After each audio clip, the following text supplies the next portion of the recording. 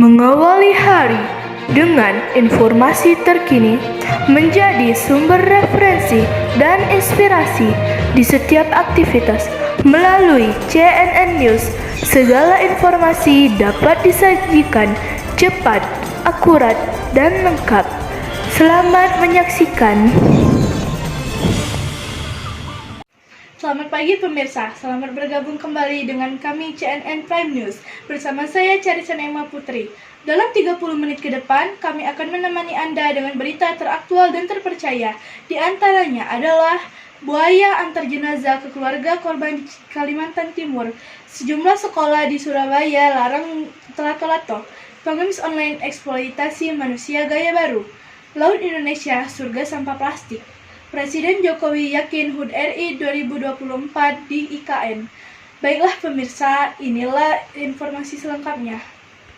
Seekor buaya di Sungai Mahakam, Kalimantan Timur, membuat heboh setelah kedapatan mengantar jasad balita yang sempat hilang tenggelam selama 2 hari.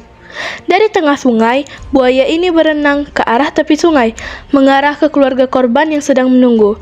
Buaya ini membawa jenazah menggunakan mulutnya. Menyambut kedatangan buaya, sejumlah warga menggunakan sampan mendekati buaya untuk mengambil jenazah yang diambil buaya tersebut. Usai jenazah dievakuasi, buaya itu menghilang kembali berenang ke tengah sungai. Dikutip dari detik.com, jenazah balita yang ditemukan dan diantar buaya bernama Muhammad Ziad, berusia 4 tahun. Sebelum ditemukan seekor buaya, pada hari Jumat 2 hari sebelumnya, korban menghilang saat bermain di sungai. Petugas Basarnas setempat membenarkan jenazah yang dibawa oleh buaya adalah balita yang hilang dan sedang dalam pencarian petugas. 07.00 pagi tadi, tim SAR gabungan berhasil menemukan korban dalam kondisi meninggal dunia, dan atas permintaan keluarga, korban sudah dievakuasi ke rumah duka. Petugas juga memastikan jenazah korban dalam kondisi utuh. Usai diterima keluarga korban, jenazah balita malang ini langsung dimakamkan. Dari Kalimantan Timur kita beralih ke Surabaya. Siapa kini yang tidak tahu tentang permainan lato-lato atau di beberapa daerah sering disebut ete-ete? Permainan lato-lato yang kini viral hampir di seluruh Indonesia mempunyai sisi positif dan negatif. Bahkan di Sidoarjo mengadakan kompetisi permainan lato-lato. Hadiahnya tak main-main, 1 ekor kambing. Pemenangnya pun bocah yang bisa memainkan lato-lato selama 2 jam. Ya, meski populer dan mudah ditemukan, sejumlah sekolah dasar di Surabaya melarang memainkan lato-lato di sekolah. Ini murni untuk menjaga kenyamanan dan keamanan antar anak-anak, seperti yang diberlakukan di SD Negeri 1 Dr. Sutomo, Surabaya. Memang ini lagi viral dan juga bisa mengalihkan anak-anak dari ketergantungan gadget. Tetapi untuk lingkungan sekolah SD Dr. Sutomo 1 kami tidak mengizinkan itu. Di samping suaranya kan juga berisik sekali gitu nggih. Tapi anak-anak di luar sekolah hampir semuanya dan bisa untuk memainkan itu dengan sangat lihai itu. Sejalan dengan SDN 1 Sutomo Surabaya, SDN 1 Kaliasi Surabaya juga menerapkan kebijakan yang sama. Lato-lato dilarang dimainkan di sekolah. Pihak sekolah sendiri sebenarnya juga mengakui ada hal positif dari permainan viral satu ini. Ada juga sih segi positifnya selain negatif ya. Jadi kalau segi positifnya memang itu kan permainan tradisional. Zaman kecil saya dulu itu sudah ada ya. Kemudian dari segi keterampilan motorik, melatih keterampilan motorik anak-anak. Terus itu pun ada hubungannya dengan pelajaran juga loh, itu gaya ya, ada gaya itu. Namun, pihak sekolah pun tetap menghimbau memainkan lato-lato di tempat dan waktu yang tepat. Di antaranya tidak di sekolah, di tempat kegiatan belajar mengajar. Sedangkan dengan itu wali murid juga mendukung. Kalau di sekolah tentu tidak diterapkan memain lato-lato karena bisa pengaruh di anak lain, berbahaya juga. Tetapi di rumah diperbolehkan di waktu senggang anak-anak bermain hal itu karena dapat mengurangi bermain HP. Kalau saya pribadi saya hentikan Bu, gitu. Soalnya kalau berdampingan kena temannya itu sangat bahaya. Mending jarak jauh, jangan dekatan gitu toh. Meski begitu, tetap tak sulit menemukan penjual lato-lato di sekitar sekolah. Maklum saja, anak-anak ini tetap bisa bermain di rumah. Beralih ke berita selanjutnya yang sedang viral di TikTok, siaran langsung menyiram air hingga mandi di lumpur. Demi meraup saweran netizen di media sosial TikTok, tengah menjadi sorotan. Cara ini disebut-sebut sebagai mengemis gaya baru yang justru mengenaskan. Para pengemis online ini menggunakan fitur live yang kerap digunakan penggunanya untuk berjualan, lalu meminta gift berupa beraneka ragam simbol, yang masing-masing simbol tersebut berisi koin yang harus di top up para penonton terlebih dahulu. Anak-anak muda, orang tua, hingga lansia ikut melakukan aksi ini. Salah seorang nenek bahkan nyaris pingsan karena menggigil kedinginan usai disiram air dan berendam di lumpur selama berjam-jam.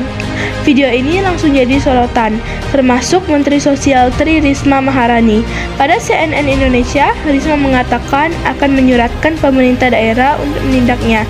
Sementara Direktur Jenderal Informasi dan Komunikasi Publik, Kementerian Komunikasi dan Informatika, Usman Kansung, menyebutkan masih mendalami fenomena ini. Apakah termasuk konten negatif atau bukan? Ia menjelaskan konten yang dilarang diantaranya mengandung unsur pornografi, perjudian, radikalisme, hoaks, terorisme, prostitusi, maupun kekerasan terhadap anak. Live streaming mandi lumpur ini biasanya diawali dengan kreator yang duduk di sebuah kolam yang sudah ditata berisikan air dan lumpur. Lalu mereka menyirami air atau mengolesi lumpur ke diri sendiri sambil mengucapkan terima kasih kepada pemberi hadiah.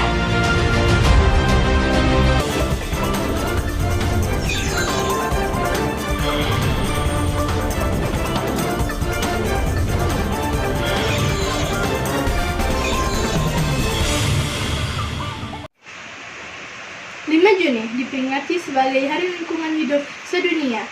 Ironis, kondisi laut Indonesia kini berada dalam situasi yang kurang beruntung.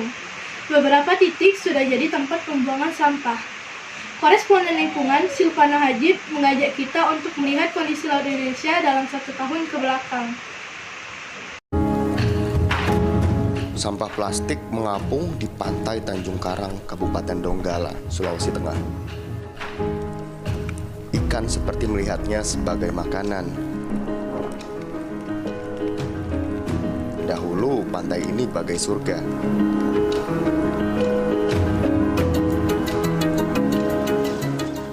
Atau bangau yang kelaparan mencari makan di antara sampah yang tersangkut di bibir sungai menuju Laut Jakarta. Sampah-sampah ini terbawa aliran sungai mulai dari hulu. Padang Lamun, habitat ikan untuk regenerasi. Di sebagian perairan dangkal Kepulauan Seribu sudah dijajah sampah. Meskipun bagian lain masih dalam status baik. Bahkan, sampah sudah mengendap di kedalaman 10 meter. Apakah sampah-sampah ini pantas hidup berdampingan dengan terumbu karang yang sedang sekarat?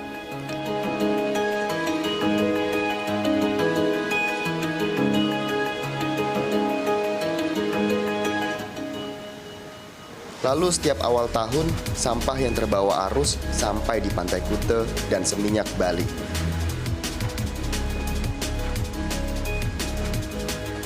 Atau Taman Nasional Komodo yang mulai terusik sampah.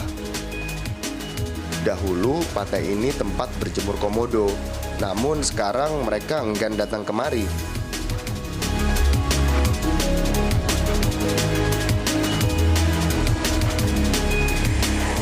Bergeser sedikit ke Pantai Pink, arus membawa sampah hingga ke bibir pantai.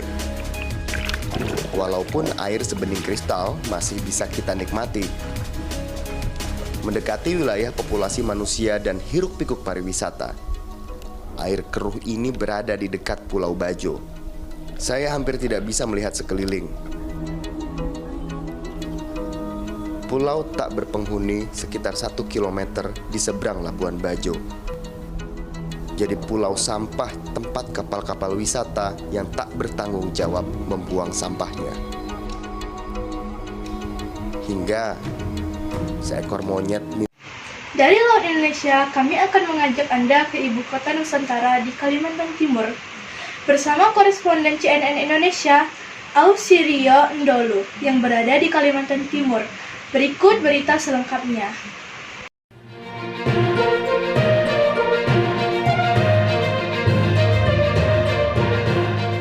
Kita ingin menghadirkan pembangunan yang Indonesia sentris, bukan Jawa sentris.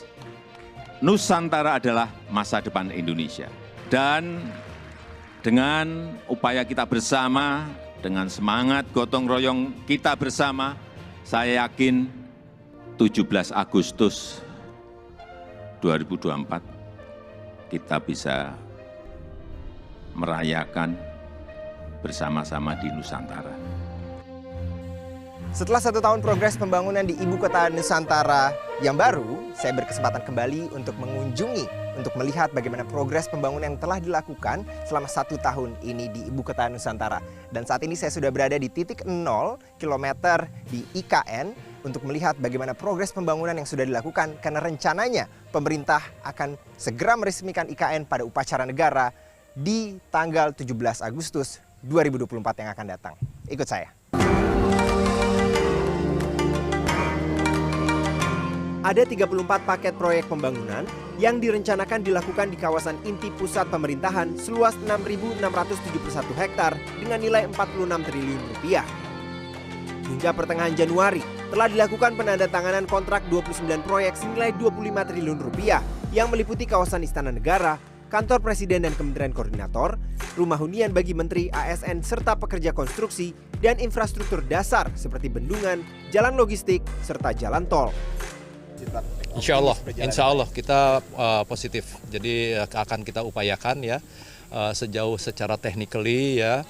Mudah-mudahan juga hujan tidak terlalu mengganggu. Insya Allah kita fungsional, terutama pesan beliau bahwa kita akan mengadakan Bapak Presiden ya untuk mengadakan upacara 17 Agustus insya Allah bisa kita lakukan di 2024. 3 titik utama menjadi sasaran kami saat mengunjungi IKN. Progres pembangunan Bendungan Sepaku Semoy yang akan menjadi penyuplai air bersih utama bagi IKN kini telah mencapai 82% dengan target mulai beroperasi pada Juni 2023. Selain itu, rumah susun modular yang dibangun untuk pekerja konstruksi sudah mulai ditempati yang direncanakan dapat menampung sekitar 16.200 orang yang terbagi atas 22 rusun. Dan selanjutnya, pembangunan kawasan Istana Kepresidenan di IKN kini baru memasuki tahapan pembentukan lahan dengan kontur tanah yang terlihat membentuk lapangan upacara di bagian paling bawah. Pemirsa, informasi tadi sekaligus menutup berita kita pada pagi hari ini.